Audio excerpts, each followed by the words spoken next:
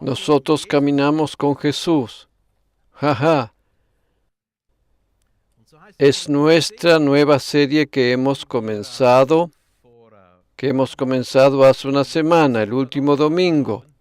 Caminando con Jesús. Caminando con Jesús. Hace 2 semanas estuvimos en Israel y el Señor nos mostró maravillosos lugares en Israel. Estuvimos en lugares que fueron muy importantes en la vida de Jesús. La nación estaba preparada para su venida. El Padre Celestial preparó aquel país de tal manera que podemos afirmar que fue hecho para el Hijo de Dios. Aleluya, fue hecho para el Hijo de Dios. Nos ocupamos con Galilea, porque se trata del hombre de Galilea. El hombre de Galilea, porque en Galilea, en el lago de Genesaret, tenía la base principal de su ministerio. En la hermosa Galilea. He traído una foto. Este es el maravilloso territorio de Galilea. Esta foto la he hecho yo mismo hace 2 o 3 semanas. Al fondo puedes observar el lago de Genesaret, realmente hermoso, una vegetación hermosa. Galilea es muy rica en higos, dátiles, aceitunas. Alabado sea el Señor. De Galilea procede el mejor vino de este mundo. Este territorio es tan rico a causa de que el lago de Genesaret es rico. Es un lago rico. No es como lo es opuestamente el Mar Muerto, el cual se encuentra algo más al sur. 1 hora y media, 2 horas de viaje, bastante más al sur. El Señor desea que seamos como el lago de Genesaret y que no seamos como el Mar Muerto. Dile a quien está a tu lado, tú no eres el Mar Muerto. Tú eres el lago de Genesaret. Eres rico, abundante y floreciente. En el Mar Muerto no hay seres vivientes a causa del alto y fuerte contenido de sal. En él no hay peces. Pero en el lago de Genesaret puedes ver peces muy grandes. Vas ingresando al mismo y teniendo el agua hasta las rodillas, quieres darte un baño y alrededor tuyo van nadando peces grandes. Nosotros pensábamos, podíamos ver diferentes tipos de peces, realmente grandes, realmente un territorio maravilloso. Se trata del hombre de Galilea. El hombre de Galilea, ¿ves? Jesús estableció la base de su ministerio justamente en este lugar. Jesús sabía dónde se encontraban los lugares hermosos. Amén. Jesús iba de tanto en tanto a Jerusalén. Jesús no estaba constantemente en Jerusalén. En realidad, estuvo muy poco tiempo en Jerusalén. Todos los milagros que contemplas en tu Biblia sucedieron principalmente alrededor del lago de Genesaret. Si contamos esas sanidades que allí sucedieron, sin contar milagros y las expulsiones de demonios, contando solamente las sanidades, sucedieron 21 en Galilea y solamente 2 en Jerusalén. Solo 2 sanidades sucedieron en Jerusalén. Encontrarás en tu Nuevo Testamento que en Jerusalén sucedieron solo 2 sanidades. Una de estas 2 la hemos considerado la última vez. Se trata de lo sucedido en el estanque de Betesda. El estanque de Betesda es un cuadro tipológico del cristianismo actual, respecto a cómo creen en sanidad y a cómo no tienen claridad respecto a lo que Dios hoy hace y como Él lo hace actualmente. Porque imagínate, este hombre paralítico que estuvo enfermo durante 38 años, que estuvo allí en el estanque de Betesda, se encuentra en Jerusalén. Durante 38 años estuvo allí enfermo. Uno de los padres de la iglesia de nombre Tertuliano escribió que una vez al año el ángel movía las aguas. En la Biblia dice de tiempo en tiempo. Descendieron un ángel del cielo y tocaba el agua del estanque de Betesda. Tertuliano afirmaba que esto sucedía solo una vez al año. La razón de ello es que solamente una vez al año el sumo sacerdote entraba al lugar santísimo. En Yom Kippur ofrecía esa ofrenda de reconciliación. Lo hacía una vez al año. Por esa razón se parte de esa base para creer que solamente una vez al año esa agua era movida por el ángel. Pero en la Biblia está escrito que de tiempo en tiempo, pues él era el ángel y movía las aguas. Pues venía el ángel y movía las aguas. El primero que lograba entrar al agua era sanado. Pero sabemos que ya hemos dicho anteriormente que alrededor de este estanque había muchísimos enfermos, muchos enfermos. Justamente esto es un cuadro tipológico del cristianismo actual. Se comprueba en la manera que creen en sanidad, porque ellos dicen, es cierto, Dios sana, pero no lo hace siempre y tampoco sana a todos. Eso es lo que refleja el estanque de Betesda, porque imagínate que el agua no era movida siempre por el ángel, una vez por año, y no todos fueron sanados, sino que solamente era sanado el primero que podía descender al estanque. De esa manera, muchas personas consideran hoy la sanidad. Es cierto, Dios sana, Él es un sanador, pero una vez al año y tampoco sana a todos. Debido a que allí en el estanque de Betesda no todos fueron sanados, sanidades sucedían solamente de tiempo en tiempo. Lamentablemente esto es una tipología de la perspectiva actual de cómo muchos creen en la sanidad. Pero ¿sabes una cosa? El hombre de Galilea vino al templo y eso cambió todo. Y eso cambió todo. Aleluya. Porque lo que tú contemplas en esta historia, la última vez nos hemos referido detalladamente a ello. Hablamos detalladamente de ello. Puedes descargar esa prédica de nuestro sitio en internet. Por esa razón no repetiré todo ahora para poder seguir avanzando. Lo que encuentras aquí son dos estilos de sanidad que chocan entre sí. La sanidad del Antiguo Testamento, que significa no siempre y no todos. Pero el hombre de Galilea representa la sanidad del Nuevo Testamento. Aleluya. Presta mucha atención ahora. El hombre de Galilea encontró al paralítico que nunca logró descender al estanque, porque siempre llegaba tarde, y que en ese lapso de 38 años nunca pudo ser sanado. Jesús encuentra a este hombre en el templo. En el nuevo pacto Jesús viene hacia nosotros. Aleluya. En el nuevo pacto de la gracia Jesús nos encuentra a nosotros y nos sana porque Él es quien nos encontró. Aleluya. Imagínate, este hombre nunca fue el primero, siempre fue uno de los más lentos. Cada vez que perdía la oportunidad tenía que esperar otra vez todo un año. Esto representa la sanidad bajo la ley. Pero Jesús eliminó ello. Jesús se presentó allí y la provocación fue que sanó justamente en el día en que estaba prohibido sanar. Amén. Jesús echó todo por la borda y sanó en sábado. Muchos se enojaron debido a que este hombre, que nunca antes había sido sanado, que siempre llegaba tarde, experimentó como Jesús lo encontró y lo sanó. Así es la sanidad neotestamentaria. Aleluya. Por esa razón no digas que Dios nos sana siempre y que no sana a todos. Se trata de una perspectiva de la ley, pero la perspectiva del hombre de Galilea era otra. En Galilea sucedían milagros, señales y milagros, señales. ¿Por qué razón? Estando en Jerusalén se encontraba en medio de la ley. Cuando las personas tienen un pie en la ley y el otro pie en la gracia, no pueden tener claridad respecto a la sanidad. No pueden tener claridad respecto a la sanidad del Nuevo Testamento. Aleluya. Ven con tus dos pies a Galilea. Amén. Ven con tus dos pies a Galilea. Amén. Ven con tus dos pies al hombre de Galilea. Cambia de perspectiva y múdate a Galilea.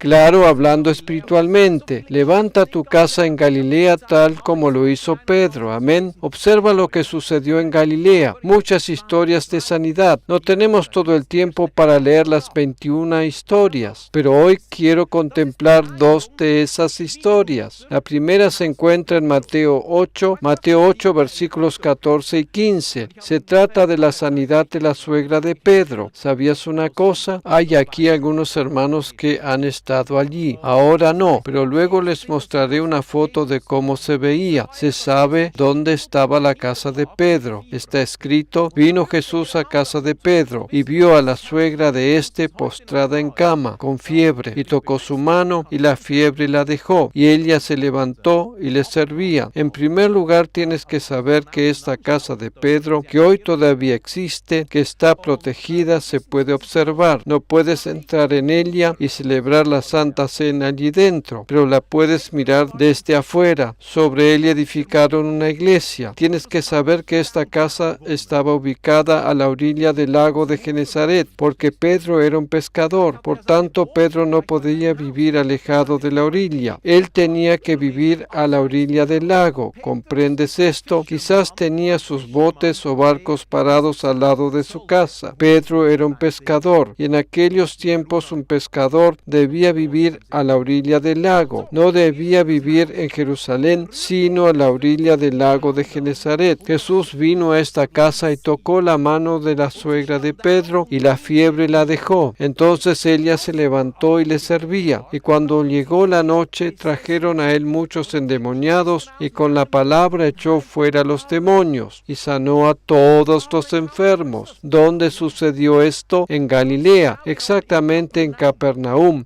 porque allí tenía Pedro su casa. En esta zona también vivía Jesús, en Capernaum.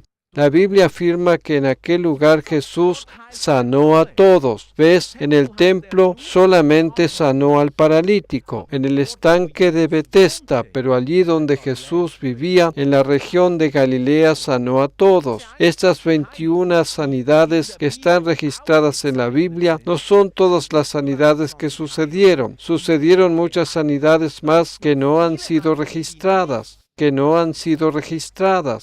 Amén, porque Juan al final de su evangelio dice que sucedieron muchos más milagros que hizo Jesús y que no fueron escritos, porque todos los libros del mundo no serían suficientes para registrar todos los milagros que Jesús hizo. ¡Wow! En su región de origen sanó a todos. ¿No es esto impresionante? Y Juan nos dijo que estas sanidades eran señales. Estas maravillas eran señales. Por esa razón la sanidad en el estanque no es solamente una de muchas sanidades, sino que era una señal. Una señal es mucho más profunda. La sanidad en el estanque de Betesda es un cuadro tipológico del cristianismo actual en su perspectiva mixturada de ley y gracia. ¿De acuerdo? Jesús sanó a todos los enfermos. Mira lo que está escrito en el versículo 17, para que se cumpliese lo dicho por el profeta Isaías cuando dijo: Él mismo tomó nuestras enfermedades y llevó nuestras dolencias. ¿De dónde sacó Mateo esto? Lo tiene del Antiguo Testamento, del libro de Isaías. Mateo cita ese libro.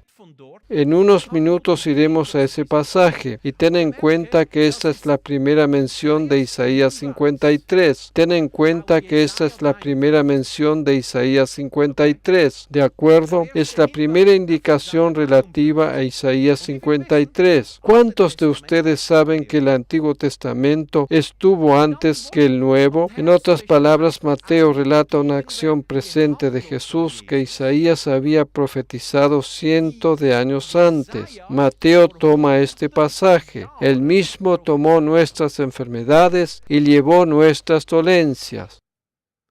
Mateo toma este pasaje. Él mismo tomó nuestras enfermedades. Esto es válido para todos. medita, esto es válido para todos. No es válido solo para unos pocos y tampoco es válido para Dios nos sana siempre. Esto es válido para todos porque Jesús en aquella oportunidad sanó a todos en Galilea, en Capernaum. Justamente aquí Mateo dice que Jesús tomó nuestras enfermedades y llevó nuestras dolencias, Esto es válido para todos. Jesús cargó nuestras enfermedades. Aleluya. Mateo cita solamente la última parte del versículo. ¿De acuerdo? Cita solamente la última parte de un versículo. ¿De acuerdo? Contemplemos ese pasaje. ¿De qué versículo se trata? Se trata de Isaías 53, versículo 5. Él cita la última frase de Isaías 53, versículo 5. Mas Él herido fue por nuestras rebeliones, molido por nuestros pecados, el castigo de nuestra paz fue sobre Él, y por su llaga fuimos nosotros curados. Mateo cita este versículo. En realidad citó la última parte del versículo 5 y la primera parte del versículo 4. Ciertamente llevó Él nuestras enfermedades y sufrió nuestros dolores. Mateo no citó todo el versículo, sino la expresión fundamental de este versículo. ¿De acuerdo? Ciertamente llevó Él nuestras enfermedades y sufrió nuestros dolores. Mateo no citó todo el versículo, y nosotros le tuvimos por azotado, por herido de Dios y abatido. ¿De acuerdo? Por azotado y abatido. Por azotado y abatido. Ten en cuenta aquí la palabra azotado. Unos días más tarde, no fueron muchos días más tarde, no es muy seguro, pero hay quienes piensan que podría haber sucedido 24 o 48 horas más tarde, sucedió lo siguiente, Marcos 5,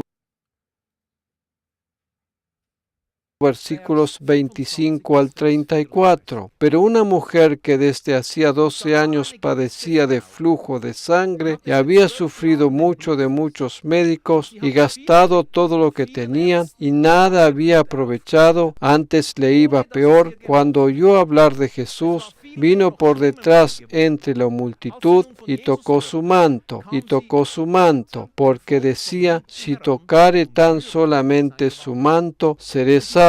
En esta traducción dice, seré sanada. Esta es la historia de la mujer con el flujo de sangre. Ella tenía hemorragias de menstruación, las cuales tenía desde hace varios años. De acuerdo, los médicos no le pudieron ayudar. Sigamos leyendo. Y enseguida la fuente de su sangre se secó y sintió en el cuerpo que estaba sana de aquel azote. ¿Ves aquí la palabra azote? Ten en cuenta esta palabra azote. Y enseguida la fuente de su sangre se secó y sintió en el cuerpo que estaba sana de aquel azote. Luego Jesús, conociendo en sí mismo el poder que había salido de él, volviéndose a la multitud, dijo, ¿quién ha tocado mis vestidos? Sus discípulos le dijeron, ¿ves que la multitud te aprieta y dices, ¿quién me ha tocado? Pero él miraba alrededor para ver quién había hecho esto. El siguiente versículo. Entonces la mujer, temiendo y temblando, sabiendo lo que en ella había sido hecho, vino y se postró delante de él y le dijo toda la verdad. ¡Ay, ay, ay! ¡No me retes! ¡No me retes! ¿De acuerdo? Y él le dijo, hija, te tengo que retar. Jesús no dijo eso, sino, tu fe te ha hecho salva. Ve en paz y queda sana de tu azote. Sana de tu azote. Habíamos leído 2 veces la palabra azote, ¿cierto? ¿Era para esta mujer el flujo de sangre un verdadero azote o una verdadera plaga? ¿Era un azote? ¿Era una enfermedad? En algunas otras traducciones dice enfermedad o plaga. Enfermedad o plaga. Jesús sanó a esta mujer porque ella le tocó. Imagínate lo que hubiese sucedido en el templo, en el estanque de Betesda, si otras personas también le hubiesen tocado en fe.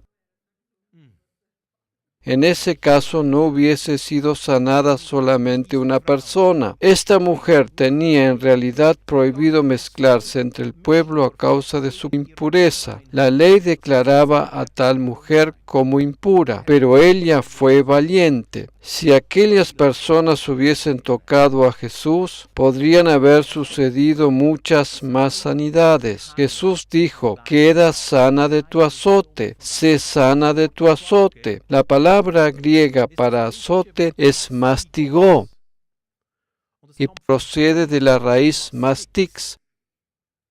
Se trata de la palabra mastigó que procede de la raíz mastix. La palabra significa azotar con latigazos, castigar. Significa azotar con latigazos, castigar. En el Nuevo Testamento existen diferentes palabras griegas para enfermedad o quebrantamiento.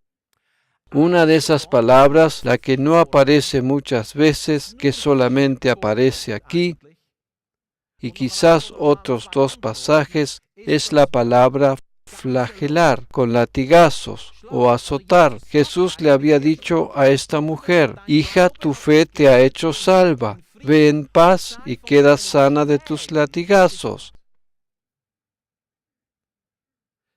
Queda sana de tu flagelo. Sé sana de tus latigazos. ¿Ves? La enfermedad es como latigazos espirituales sobre el alma de una persona. Aflige al alma del ser humano.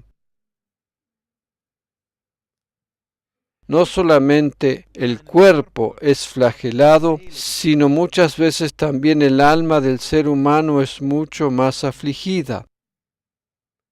Por esa razón la enfermedad y los quebrantos son como latigazos sobre el alma del ser humano. ¿No es interesante que se trate de la misma palabra que aparece en Isaías 53? Se trata de los mismos azotes que aparecen en Isaías 53. Se trata de los mismos azotes que aparecen en Isaías 53. Volvamos a leerlo. Isaías 53, versículos 4 al 6. Ciertamente llevó Él nuestras enfermedades y sufrió nuestros dolores, y nosotros le tuvimos por azotado, por herido de Dios y abatido. Por azotado, por herido de Dios y abatido. Mas Él herido fue por nuestras rebeliones, molido a causa de los azotes. Esto es lo mismo. Jesús le dijo a la mujer: queda sana de tus azotes. Porque Jesús creía en sus propias llagas, que habría de tener cuando iría a la cruz.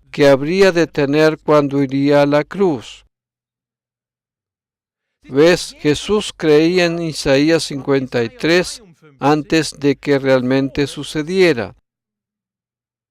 Porque aquí se trata exactamente de lo mismo. Jesús sabía que Él iba a ser azotado. Jesús sabía que antes de llegar a la cruz, los soldados romanos lo habrían de azotar intensamente, que iban a lastimar su espalda con esos látigos especiales que suelen lastimar muchísimo. Quien ha visto la película La Pasión sabe a lo que me estoy refiriendo. Él sabía que su espalda sería azotada. Jesús le dijo a esta mujer: sé sana de tus azotes, sé sana de tus azotes.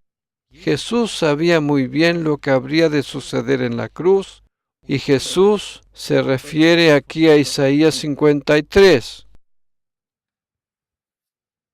¿Sabes lo que más me impresiona? Jesús creía más en sus propias llagas que tú pudieras llegar a creer en sus azotes y llagas. Jesús tenía más fe en los azotes que recibiría que la fe que tú podrías tener en sus azotes y llagas. Jesús tenía más fe en los azotes que recibiría que la fe que tú podrías tener en sus azotes y llagas.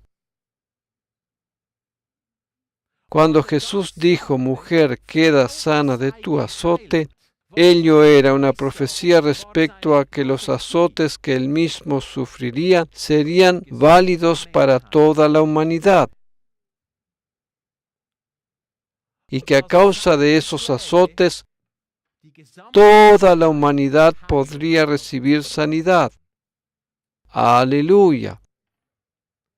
Queda sana de tu azote, sé sana de tus latigazos. Mastix, cuando Jesús dijo eso, estuvo profetizando respecto a su propia muerte. Él estaba profetizando respecto a aquello que todavía iba a suceder en la cruz. Está escrito que cuando la mujer con el flujo de sangre tocó el manto del Señor, Jesús percibió en ese momento cómo poder salió de él, ¿cierto? Eso es lo que él percibió. Esto quiere decir que Jesús incluso no estuvo activo, no estuvo directamente involucrado. Él no fue hacia la mujer, sino que ésta fue hacia él. Jesús percibió cómo poder salió de él. Ese poder era la unción, Unción fluyó de Jesús. Pero imagínate ahora que la Biblia nos refiere que Jesús fue ungido con Espíritu Santo y poder y sanó a todos. Sanó a todos los oprimidos por el diablo. Sanó a todos aquellos que habían sido atacados por el diablo. Jesús actuaba porque había sido ungido con Espíritu Santo y poder. Jesús percibió como el poder del Espíritu Santo, como la unción salió de él. Esto significa que esta mujer fue sanada a causa de la unción que Jesús llevaba consigo. La unción que estaba sobre él sanó a esta mujer, porque cuando ella apenas tocó el manto, ni siquiera llegó a tocar su cuerpo. Ella solo llegó a tocar el manto. ¿Puede la vestimenta estar impregnada con unción? ¡Claro que sí! ¡Amén! ¿Puede una vestimenta estar saturada con la unción? ¡Amén! Eso había sido la unción. Pero Jesús sabía que si toda la humanidad podría beneficiarse de la sanidad, que si toda la humanidad quisiera recibir su sanidad, previamente él tendría que ser azotado. La mujer fue sanada por medio de la unción de Jesús.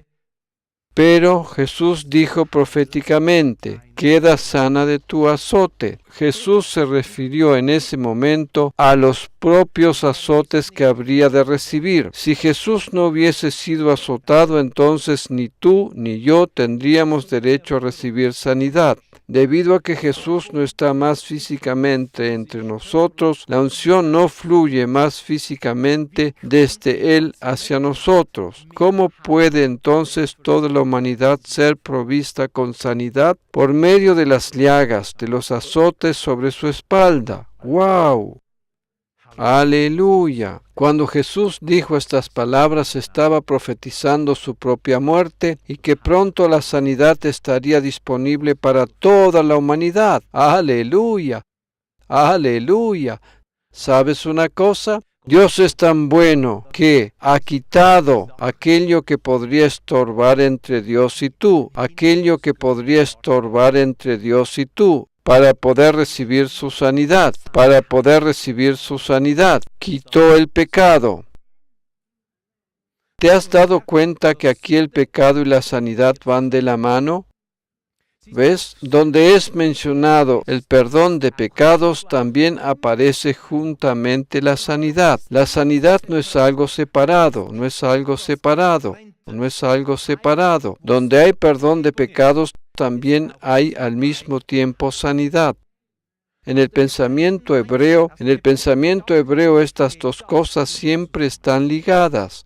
Alabado sea el Señor. Y justamente ello se refleja en Isaías 53, versículos 4 al 6. Ciertamente llevó en nuestras enfermedades y sufrió nuestros dolores. Y nosotros le tuvimos por azotado, por herido de Dios y abatido. Mas él herido fue por nuestras rebeliones, molido por nuestros pecados. Molido por nuestros pecados. El castigo de nuestra paz fue sobre él, y por su llaga fuimos nosotros curados. Aquí también se refiere a la sanidad corporal. Donde hay perdón de pecados, también se manifiesta sanidad corporal. Estimados amigos, si el perdón de pecados es para todos, si el perdón de pecados está disponible para cada persona sobre este planeta, si el perdón de pecados está disponible para cada persona, entonces también la sanidad está disponible para todos. ¿Has dicho alguna vez que si bien Dios perdona pecados, has dicho alguna vez que si bien Dios perdona pecados, pero que a su vez no perdona a todos y que no perdona siempre? ¿Has dicho tal cosa alguna vez? De ninguna manera. Dios quiere perdonar el pecado de cada persona, porque Él no quiere que alguno se pierda, tal como lo escribió Pablo, y que todos lleguen al conocimiento de la verdad y de la salvación. Así se expresa el Nuevo Testamento de la Biblia. ¿Has dicho alguna vez que Dios perdona pecados, pero no quiere perdonar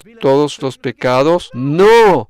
¿Por qué razón dices que Dios sana pero no quiere sanar a todos? ¿Por qué dices tal cosa? Dices, Dios sana pero no quiere sanar siempre. ¿Hace Dios también eso en relación al perdón de pecados? De ninguna manera. Una pregunta, ¿son perdonados a todos automáticamente todos sus pecados? No, de ninguna manera. ¿Comprendes? Ellos tienen que recibir el perdón por propia decisión. ¿Son todos automáticamente sanados? No lo son. Ellos tienen que aprender a recibir, al margen de ciertas doctrinas erróneas que se han arraigado al cabo de los años. La razón principal y fundamental desde la perspectiva de la cruz es la conciencia de pecado, porque la conciencia de pecado en ti, la conciencia de que no eres suficientemente bueno, que no eres suficientemente valioso, que no eres merecedor. Ese es el problema. Eso es lo maravilloso de la gracia. No tenemos que merecernos las bendiciones. Lo maravilloso de la gracia es que no tenemos que merecernos nada. Solamente tenemos que comprender lo que significa el perdón de pecados. Entonces poseemos todo lo demás. Si comprendes lo que significa el perdón de pecados, también tienes todo el resto de bendiciones. Si entiendes el perdón de pecados, también tienes sanidad. ¡Wow! Contempla lo que está escrito en el versículo 6. Todos nosotros nos descarriamos como ovejas, cada cual se apartó por su camino, mas el Señor cargó en él el pecado de todos nosotros. Todo nuestro pecado, aquí vuelve a mencionarse el pecado. Toda nuestra culpa fue cargada sobre Jesús. ¿Comprendes? Dios quitó ese estorbo es el impedimento mayor en tu vida. Se trata de la conciencia de pecado, y si somos libres de la conciencia de pecado, de sentirnos culpables, entonces la sanidad puede fluir libremente. ¡Wow! Tenemos ejemplos de muchas sanidades en la Biblia. También sucedieron muchas otras sanidades que no fueron escritas en la Biblia. Tenemos estos ejemplos en la Biblia en las que Jesús dijo, tus pecados han sido perdonados y toma tu lecho y vete a tu casa. ¡Wow! Donde hay perdón de pecados también hay sanidad, porque se trata de un paquete, el paquete de Isaías 53. Isaías 53 es el pasaje clave de unión entre el antiguo pacto y el nuevo pacto. De esto se trata, aleluya. ¿Sabes? Dios es tan bueno, justamente eso es tan impresionante, que te ha perdonado todo tipo de pecado. Porque cuando fue escrito Isaías 53, el profeta veía anticipadamente que Jesús iba a morir por ti y por mí en la cruz. Justamente eso es lo que hizo Jesús hace algo más de 2000 años. Todos mis pecados, no importa si es desde la perspectiva de Isaías 53 o desde la perspectiva de Jesús en la cruz hace 2000 años, desde ambas perspectivas, todos tus pecados se encontraban aún en el futuro. Y porque hace 2000 años Jesús clavó mis pecados en la cruz, todos mis pecados hace 2000 años se encontraban en el futuro. Por esa razón, en el momento en que recibo a Jesús como Salvador personal, no solamente han sido perdonados mis pecados del pasado, sino también los presentes y los futuros.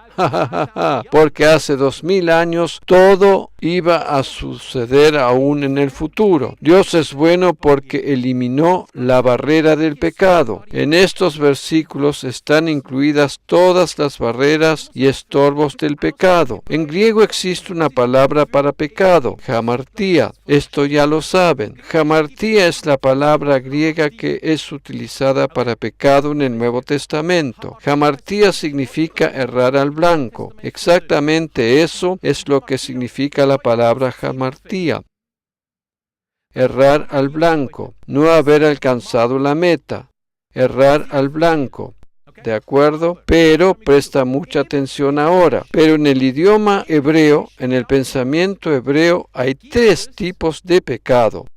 Existen 3 tipos de pecado. Existen 3 nombres diferentes para el pecado. He traído un gráfico. En el pensamiento hebreo existen 3 tipos de pecado y 3 nombres para el mismo. ¿De acuerdo? Pesha, Abón y Het.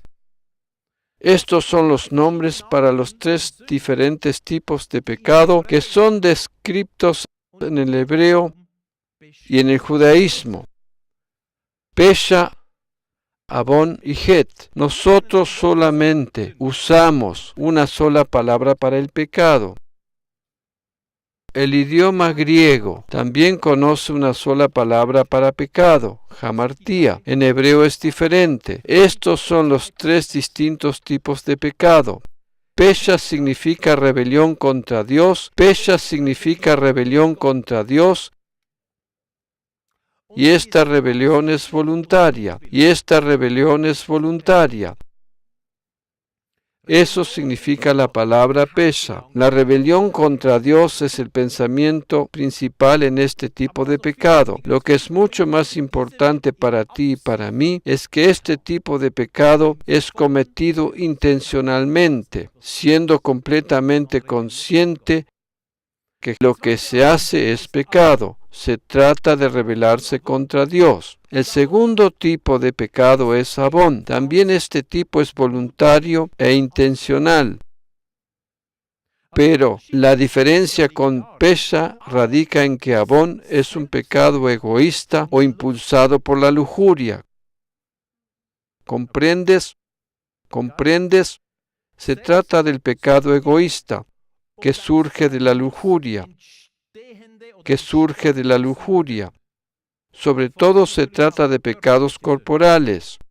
Eso nos presenta la categoría de pecado denominado Abón.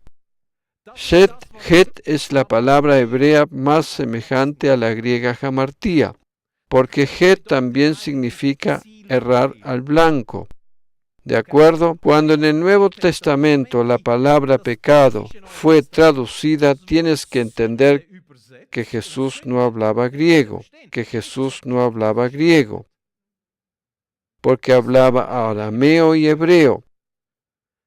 Fue escrito en arameo o en hebreo y fue traducido al griego. Se trata del Nuevo Testamento que nosotros tenemos ahora, que fue traducido del griego al español o a otros idiomas. Por esa razón, los traductores utilizaron la palabra hebrea Het. Ellos tomaron este tipo de pecado porque era lo más parecido a hamartía. Significaba errar al blanco, errar a la meta. Generalmente significa cometer errores. Existe una diferencia en relación a Pesha y Abón, que los pecados representados en la palabra Het no son pecados intencionales. Estos pecados simplemente te suceden. ¿De acuerdo? Por ejemplo, tú estás caminando por la calle y pisas una hormiga. Esto simplemente sucedió. Estoy formulando algo exageradamente. Se trata de cosas que suceden simplemente sin que lo querramos. ¿Conoces eso? Realmente no hubiese querido hacer eso. Pero sucedió. Se trata de fallas y errores. pero a su vez se trata de pecados involuntarios y no intencionales. Por tanto, la diferencia entre Het en relación a Pesha y Abón radica en que estos dos últimos tipos son intencionales y voluntarios. En este caso, pecas siendo consciente que lo que estás haciendo es pecado y sin embargo lo haces igual. ¿Conoces esto? Se trata de Pesha y Abón. ¿Comprendes? Puede suceder a causa de diferentes motivos. Podríamos decir que en el caso de los hombres es a causa de la lujuria y que en el caso de las mujeres es el egoísmo. El egoísmo es más bien la causa. Justamente esa es la diferencia. Las palabras Pesha y Abón describen pecados voluntarios e intencionales. Contempla lo siguiente. Volvamos a Isaías 53. A Isaías 53, versículo 5. Mas el herido fue por nuestras rebeliones. Pesha. Molido por nuestros pecados. Molido por nuestros pecados. Abón, el castigo de nuestra paz fue sobre él, y por su llaga fuimos nosotros curados. En Isaías 53, versículo 5, están incluidos los pecados voluntarios e intencionales. ¿Por qué razón dicen ciertas personas que si pecamos voluntariamente, no te serán perdonados los pecados? Dicen, si pecas voluntariamente, Dios no te perdonará ese pecado. Justamente ese tipo de pecado es lo primero que es mencionado en Isaías 53, versículo 5. Justamente porque la mayoría de nuestros pecados son intencionales y voluntarios. Medita en esto. Amén. Tú mismo lo puedes comprobar en una buena traducción. A causa de nuestro pesha. Rebeliones es la palabra hebrea pesha. Se trata de las rebeliones en contra de Dios. Eso significa la rebelión por medio de la palabra pesha. Fue herido a causa de nuestro pesha, a causa de nuestras rebeliones. Se trata de pecados voluntarios e intencionales. También puedes comprobar la existencia de la palabra abón. A causa de este tipo de pecados, Jesús fue azotado. Jesús fue azotado a causa de este tipo de pecados. A causa de haber cargado todos los pecados del mundo, su espalda fue azotada, pero no solo cargó ciertos pecados como por casualidad, sino que cargó sobre sí todo el pecado deliberado e intencional de tu vida. ¡Wow! ¡Wow!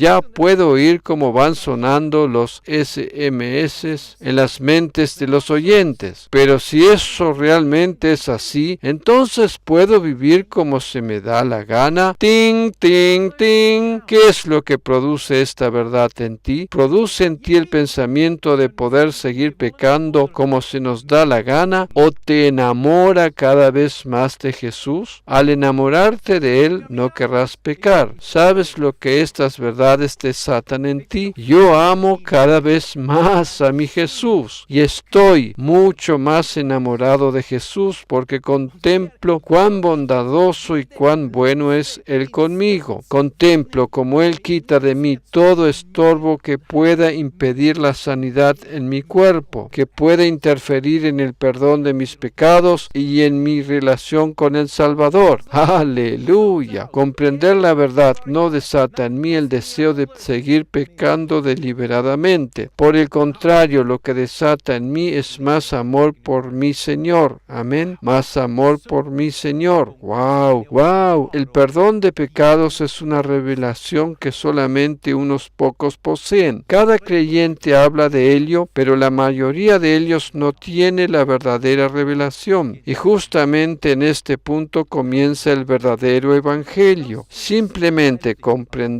esto ya te sana en el lugar en que te encuentras. en el lugar que estás sentado. Ya te libera de muchas cosas. Acompáñame a Isaías 53, versículo 12, porque queremos volver a considerar el pecado denominado Het, el pecado hamartía, o sea, el pecado que es en realidad errar al blanco. Todo esto lo encuentras en Isaías 53, versículo 12. Por tanto, yo le daré parte con los grandes, y con los fuertes repartiré despojos, por cuanto derramó su vida hasta la muerte, y fue contado con los pecadores, habiendo él llevado el pecado, Het, de muchos, y orado por los transgresores. ¿Ves? En este pasaje aparece la palabra Het, aquí donde dice que llevó el pecado de muchos, habiendo él llevado el pecado Het de muchos y orado por los transgresores. En Isaías 53 está involucrada toda la humanidad. También estaban incluidos los dos ladrones que estuvieron colgados en una cruz al lado de Jesús, porque cuando Jesús estuvo colgado en la cruz, nos representó a nosotros, y los dos delincuentes que estuvieron colgados al lado de Jesús también nos representan a nosotros, representan lo que hicimos. Nosotros, los dos delincuentes, uno a la izquierda y el otro a la derecha, representan lo que nosotros hicimos. Y Jesús en el medio representa todo lo que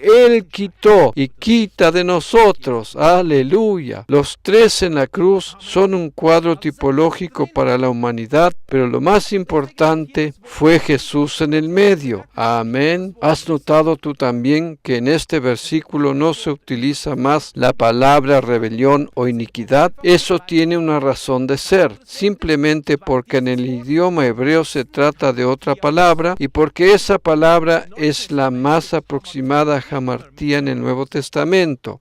Hamartía es siempre la palabra que se utiliza para pecado. Por esa razón encontramos en Isaías 53, la palabra Het.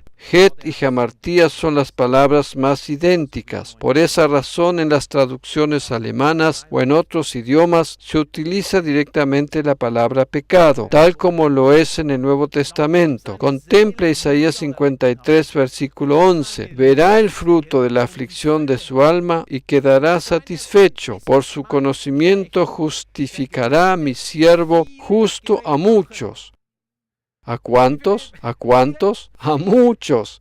Aquellos que vienen a Jesús son justificados en Él. ¿Eres tú justo? Debido a que Jesús te justificó, eres justo, ¿cierto? Justificó a muchos, a todos los que le reciban como su Salvador personal, los justificará, cargará con sus iniquidades. Aquí vemos a Jesús en la cruz. Los traductores no son siempre muy acertados y consecuentes. Utilizan siempre consecuentemente la misma palabra, porque lo que vemos aquí debería ser traducido con la palabra iniquidad. En español está correctamente traducido. Por su conocimiento justificará mi siervo justo a muchos y llevará las iniquidades. Abón, de ellos. Aquí se utiliza la palabra abón. Se trata de pecados deliberados, intencionales y voluntarios impulsados por el egoísmo. Eso significa esa palabra. ¡Wow! ¡Aleluya! La causa principal que impide la sanidad es la conciencia de pecado. Es la causa principal. Quizás digas, pero Pastor Erich, en algún lugar de la Biblia está escrito que si pecamos voluntariamente no seremos perdonados. En algún lugar de la Biblia está escrito eso. Bueno, esto está escrito en Hebreos capítulo 10, versículo 26. Allí en Hebreos 10,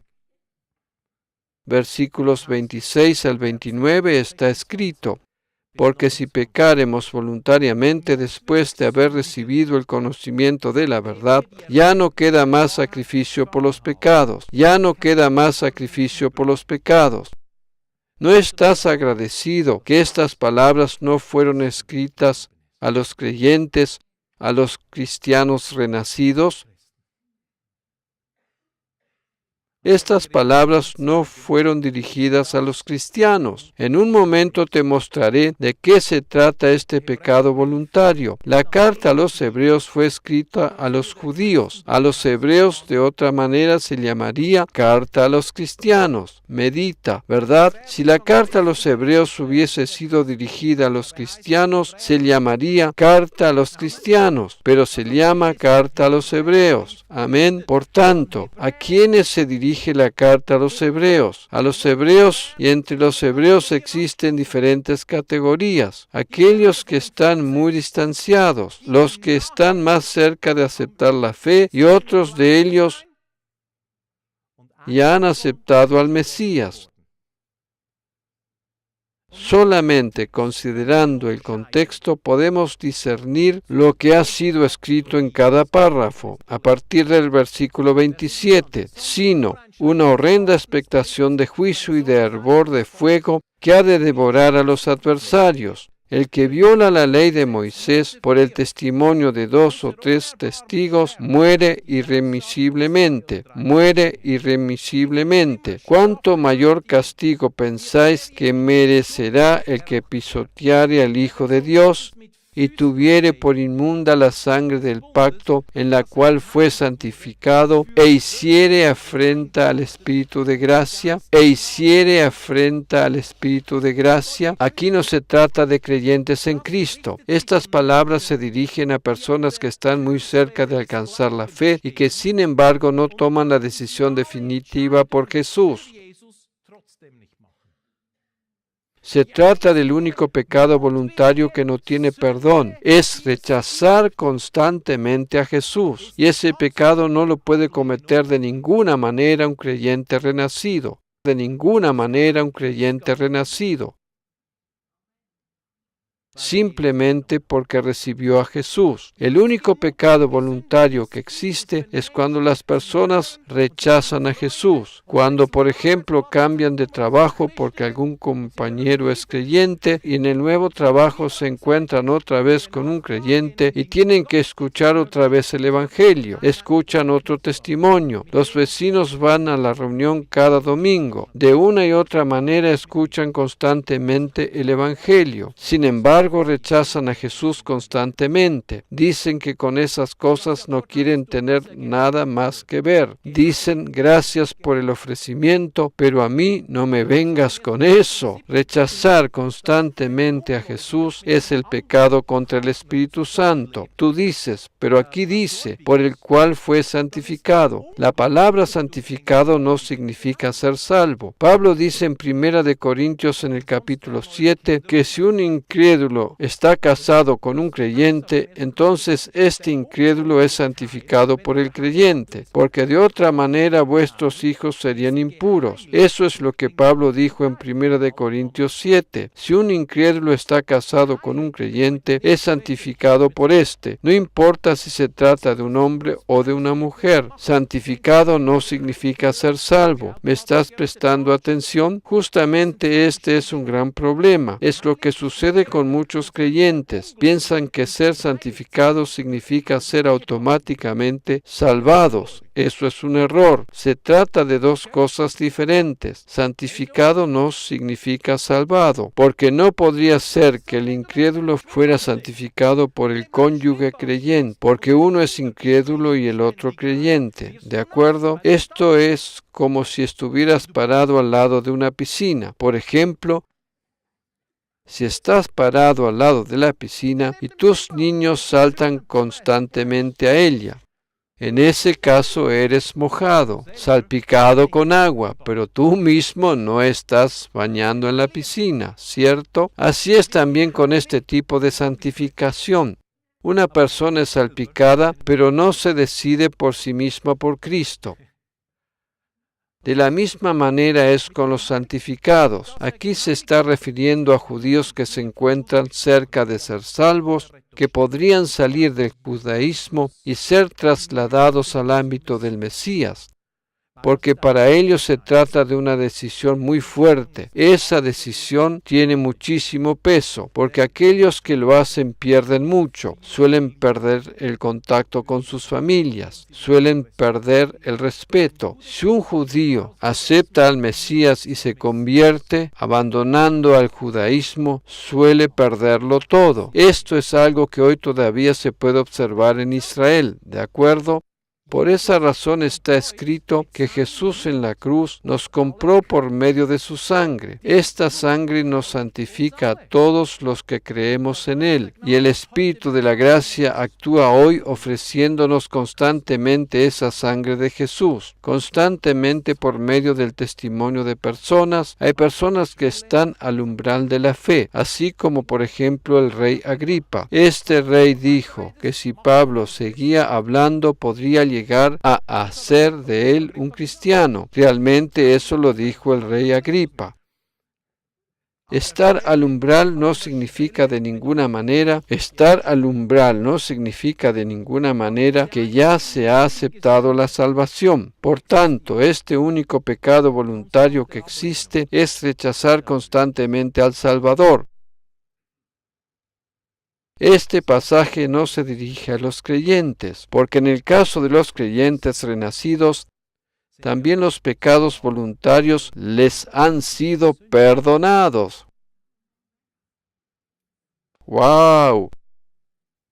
Aquí en el versículo 26, observemos otra vez el versículo 26, porque si pecáremos voluntariamente, aparece solamente una vez en el Nuevo Testamento. Está escrito, porque si pecáremos voluntariamente, aparece solamente una vez en el Nuevo Testamento. Justamente eso es una prueba por lo cual este pasaje no se dirige a los creyentes en Cristo, porque pecar voluntariamente es algo que solamente es relevante bajo el aspecto de Pesha, Abón y Het. Bajo el aspecto judío se hace estas diferencias: pecados voluntarios, pecados intencionales o pecados no intencionales. En el idioma griego no se hace estas diferencias. Una sola palabra, hamartía. Hamartía es hamartía. Pecado es pecado. Justamente por ello esta palabra no se refiere a cristianos creyentes, porque pecar voluntariamente no es algo voluntario en relación a creyentes en Cristo. Solamente en el judaísmo se hace estas divisiones, la división entre pecados intencionales y no intencionales. El Nuevo Testamento no hace esa diferencia. Esta diferencia la encontramos en Isaías 53 y gracias a Dios que allí podemos contemplar lo que Cristo cargó sobre sí mismo por nosotros. Jesús cargó por ti Pesha, Abón y Het. Aleluya. Él cargó todo ello por ti.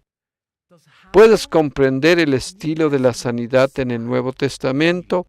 Sanidad bajo el nuevo pacto también está disponible para el peor pecador. La sanidad también está disponible para el peor pecador. Medita, Jesús estaba ocupado solamente con los peores pecadores, con los cobradores de impuestos. Zaqueo, uno de los peores de aquel tiempo, con prostitutas, María Magdalena. Justamente ellos le echaban en cara, le acusaban de participar en opíparas cenas, que se juntaba con los bebedores de vino. Él iba a la casa de los publicanos y de los pecadores. Jesús comía y bebía con las prostitutas, con los publicanos y con los más grandes ladrones. Lo acusaban a causa de ello. El Evangelio es suficiente para el peor pecado. El perdón de pecados está disponible para el peor pecador.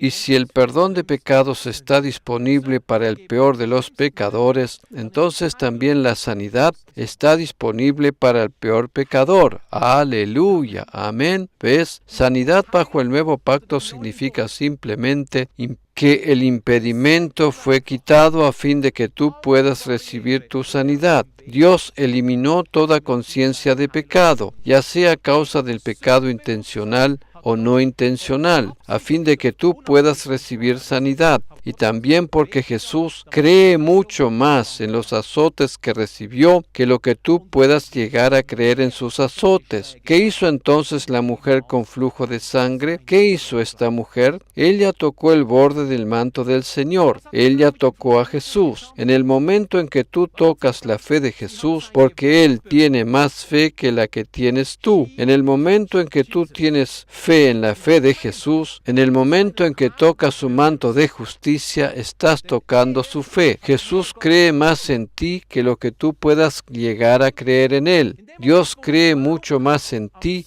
de lo que tú puedas llegar a creer en Él. Simplemente tiene fe en su fe, en la fe que Jesús tiene por ti. Si Jesús cree en sus propias llagas, entonces ni siquiera tú necesitas creer en eso. Simplemente tienes que creer lo que Él cree. Ten fe en su fe. Cree que Él cree en sus propias llagas. Si crees eso, crees automáticamente en sus llagas, porque muchos creyentes tratan de esforzarse para creer hasta llegar a amargarse, piensan que tienen que seguir trabajando de alguna manera para mejorar su fe a fin de poder llegar a ser sanados. Cree en la fe de Jesús, porque Él cree mucho más en sus llagas de lo que tú puedas creer. Cuando te decides y tocas su manto, cuando crees en la fe de Jesús, la sanidad comenzará a manifestarse, porque Jesús cree mucho más que tú has sido sanado por sus llagas que la medida en que tú puedas llegar a creer en ello. Aleluya, amén. Por esa razón Jesús le dijo a la mujer, queda sana de tu azote, sé sana de tu plaga. Jesús tuvo que creer en los azotes que iba a recibir antes de que los haya recibido. De otra manera no hubiese dicho eso, de otra manera no hubiese dicho esto. No intentes lograr todo por tu propio esfuerzo, sino coloca tu semilla de mostaza de fe en la mano de Jesús. Toma ese 1% de fe y colócalo en su mano. Toma ese 1% de fe y colócalo en su mano. La fe de Jesús hará el resto, el otro 99%. Aleluya, amén. Ten fe en la fe de Jesús. Ten fe en su fe. Cree que Jesús cree en sus propias llagas. Aleluya. Cree que Jesús cree en sus propias llagas. Aleluya. Si Jesús no hubiese dicho lo que dijo, amén, no lo hubiese dicho. ¿Cómo puedo recibir sanidad? Simplemente como te lo acabo de explicar. En primer lugar, comprende que toda barrera del pecado ha sido eliminada y en segundo lugar, entiende que Jesús cree mucho más en tu sanidad que tú mismo. Amén. Bueno, ahora también tienes que ver la casa de Pedro. Esta es la iglesia que fue construida sobre la casa de Pedro. Se puede ver aquí en los muros las ruinas de la casa de Pedro. También dentro de la iglesia se puede observar el resto de sus muros. Alabado sea el Señor. El bueno de Pedro vivió en esa casa con su suegra. Amén. Aleluya. A esta casa fue Jesús. Y Jesús sanaba a las suegras. Jesús sana al peor pecador. Amén. Jesús sana al peor pecador y no necesariamente al mejor creyente, porque justamente ese es nuestro problema. Aquí en nuestra mente pensamos que Jesús sana al mejor creyente, pero la verdad es que Jesús sana al peor pecador. Nuestro problema es que pensamos que tenemos que llegar a ser mejores como creyentes, que tenemos que llegar a ser más obedientes como creyentes, que tenemos que estar mucho más rendidos para que suceda algo, que tenemos que estar mucho más rendidos para que suceda algo. No, no, no. Jesús sana al peor pecador y no necesariamente al mejor creyente. Amén.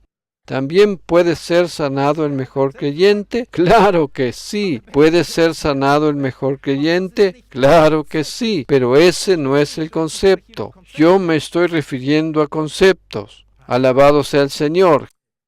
Jesús sana y Jesús quitó toda barrera de impedimento. A los presentes les invito a ponerse de pie. Gracias, Jesús. Si es que tienes algún problema físico, coloca en lo posible tu mano sobre el lugar. Por ejemplo, si es un problema en los hombros, coloca tu mano sobre ellos. Si se trata de problemas en las rodillas, coloca tus manos sobre ellas. Aquellos que nos escuchan o ven por internet, en aquel lugar en que están en este momento, si estás en tu casa, si estás en el hospital, si estás en la clínica, si estás en la rehabilitación, coloca tu mano allí. Si tienes problemas del corazón, coloca tu mano sobre el mismo. Si se trata de problemas estomacales, coloca tu mano sobre tu estómago. Si se trata de problemas en tu espalda o cintura, en lo posible, coloca tu mano sobre la zona respectiva, porque ahora oraremos una oración porque el sanador, el hombre de Galilea, está presente. Amén. Muchas veces